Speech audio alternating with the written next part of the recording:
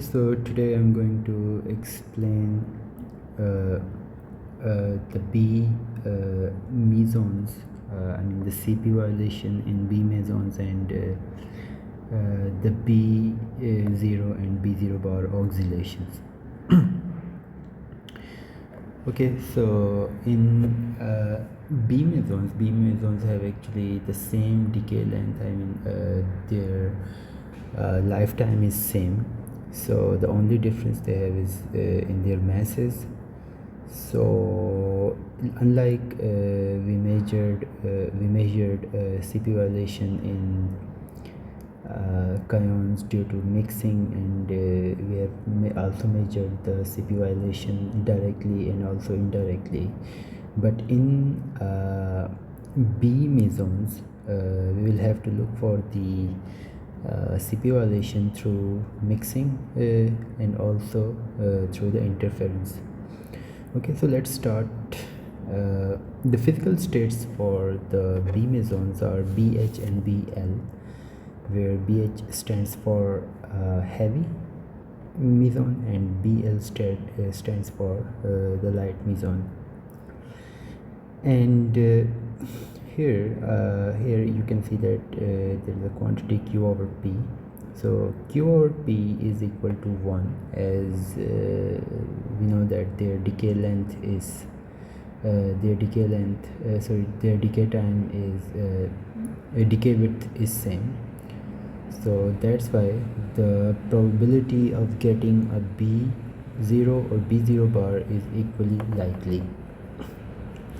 Anyway, in this video I will not do all the calculations. Anyway, I will show the calculations for everything that I have done explicitly at the end of the video. Anyway, now we go forward.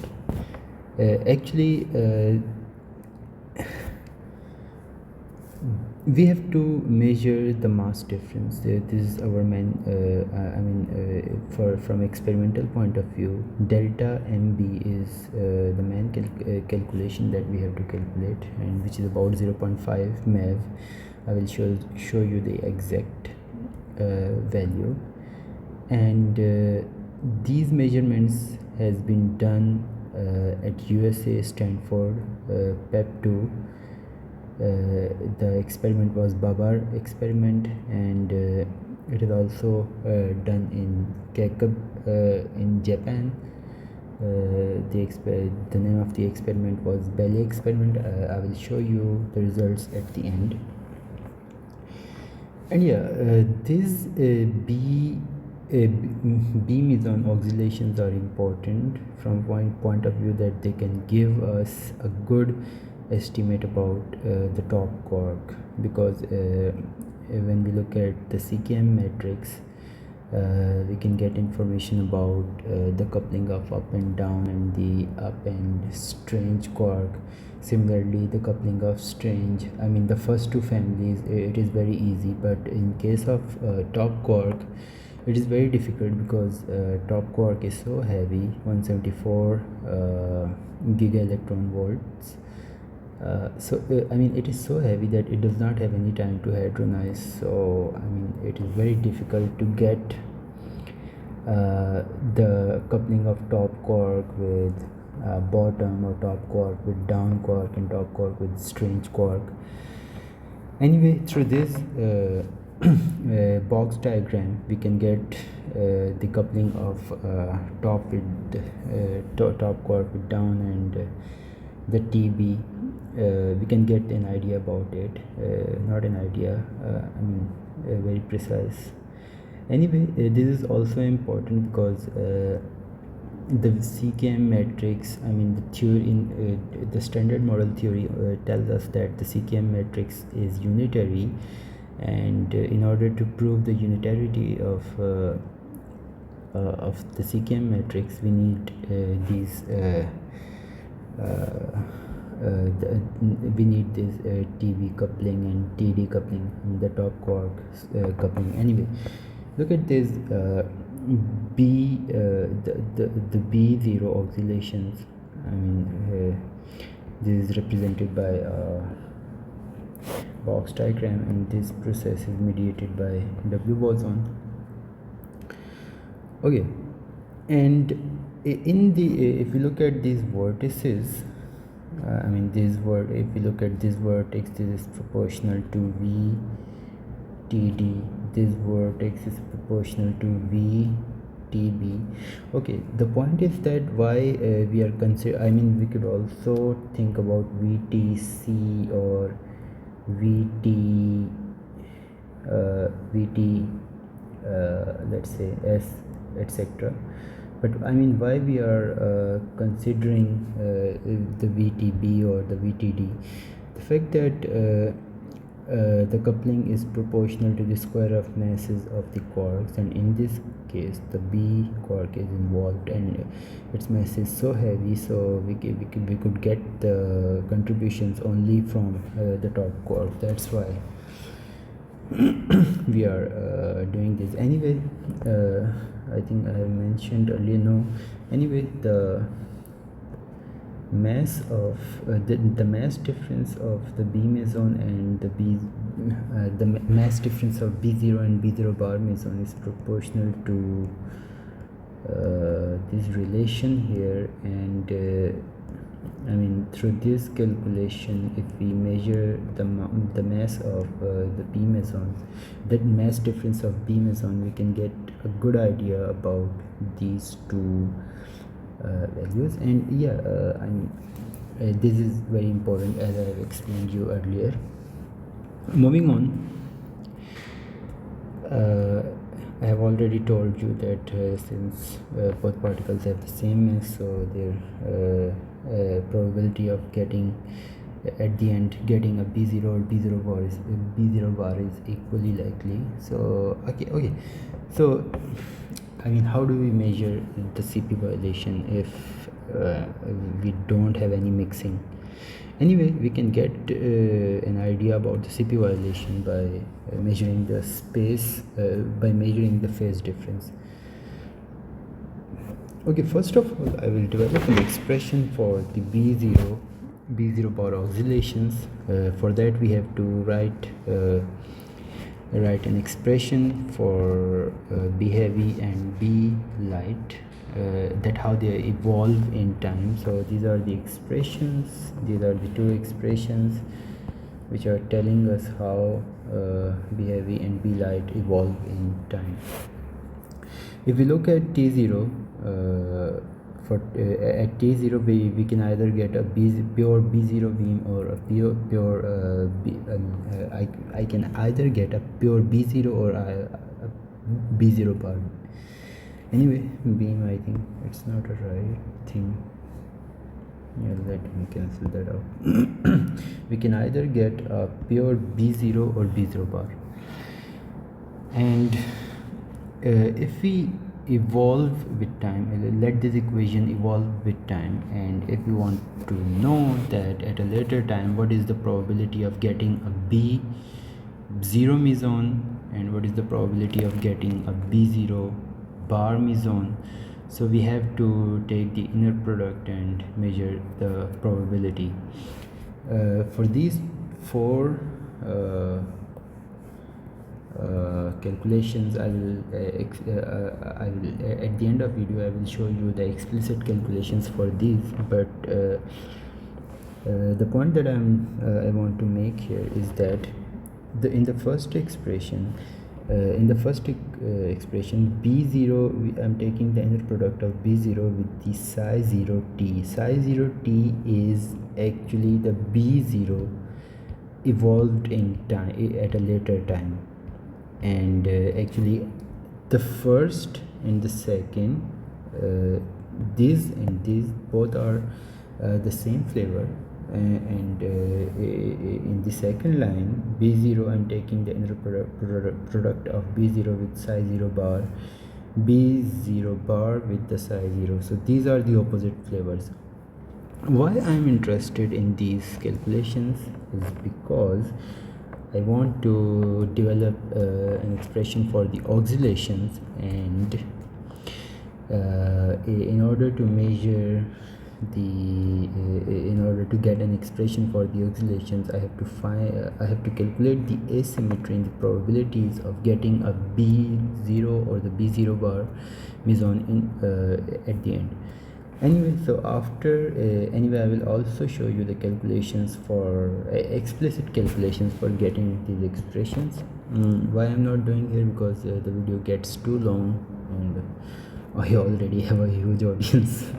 Anyway, the point of making videos is just for my self preparation, and it will be good for me if I help someone. Anyway, the asymmetry results are here, and which are half e to the negative width of b times t cosine of delta n bt. So the oscillations really depend on the mass of the B mesons.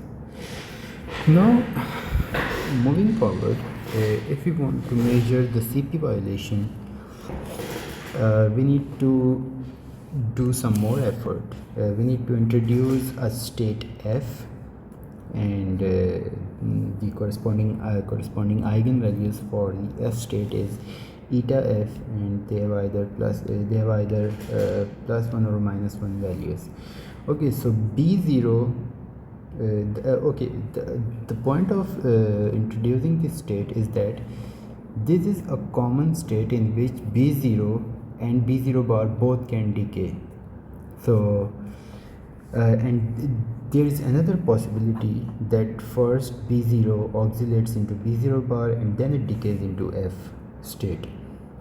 Anyway, moving on, the probability, the amplitude of decay, the amplitude of B0 decaying into F state is AF, and B0 bar into F is AF bar, here bar. Now, and first we had a quantity Q over P, and we had a corresponding phase, and we also need another phase, we call it lambda here. And why we need lambda, why we need this complex phase, because of the reasons that I'm going to tell you. Anyway, so this lambda is equal to Q over P into AF or AF bar into eta F. I have already explained Q, P, AF and eta F in the video. Anyway, now there are two possibilities. First of all, after doing all this work, and we are going to before making this point, we are going to measure a quantity that is the asymmetry. We are going to measure this variable, and this will give us the information about the CP violation. Anyway, at the end, if if AF and AF bar, the amplitudes are not equal, in this case CP is violated, and yeah, win-win situation for us. But as we are not familiar with these quantities, from the experimental point of view, theoretically that's good point, but anyway, from experimental point of view, let's assume that AF and AF bar is equal, and if AF and AF bar is equal, then we have to look for the phase difference. So at the end, if there is a phase difference, there is CP violation. If there isn't any phase difference, so there is not any CP violation. So this is the quantity that I was talking about, the asymmetry. Now, if you look here, the first term is the inner product of F and the psi 0 bar. Psi 0 bar is B0 bar evolved in time state. So if I take the inner product of these opposite flavor and take the square, so this is basically the probability, and these are the same flavor, F and the B0 B0 evolved in time, and similarly opposite flavor and the same flavor. So if I measure the asymmetry, so finally I will get a result which is like eta f imaginary part of lambda sine of delta mbt. So if imaginary part of lambda is not equal to 0, then we have CP violation. Now I'm going to show you the results of the experiment that I stated earlier, which is actually the proof of CP violation. Well, let's jump to that. Okay, so here are the results of AFCP asymmetry measured by the Bailey experiment. So yeah, the common state that I was talking about, that we call that state F, is the Jeb-Psi state, and Jeb-Psi and K state. So yeah, so these are the results. So we can see that there is an asymmetry, and due to the oscillations. So these are the results, and why the Jeb-Psi, and we also call it the golden channel, and the fact that we call it golden channel is that Jeb-Psi usually decays into a muon and anti-muon, and by using the delta Q is equal to delta S. I don't think that applies here, but yeah, by looking at the sign of the lepton, we can tell that if it is a B0 or B0 bar. So that's why it's the golden channel. Anyway, now I'm going to show you the calculations, and that's it. Okay, so here are the calculations. Here I have explicitly mentioned the decay width of the both B0 and B0 bar, or B heavy and B light, and yeah, M is actually MH plus ML or 2, and then this is the this is actually the state which depends the evolution of B0 with time, and that is represented by this H plus quantity. H plus is e to the negative width of p over 2 t e to the negative I mt cosine of delta mbt upon 2. Similarly, the H negative quantity is right here. Anyway, these are the explicit calculations for finding the probability of getting a B0 at a later time, and this is that asymmetry. And yeah, here are the other calculations that I mentioned, so you can pause and see. And yeah, here is the calculations about getting the phase difference actually. Yeah.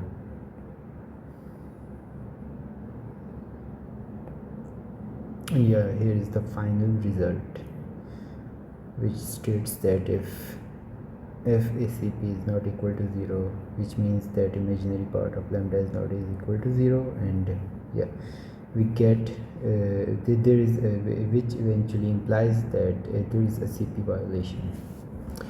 Anyway, see you next time. Bye bye.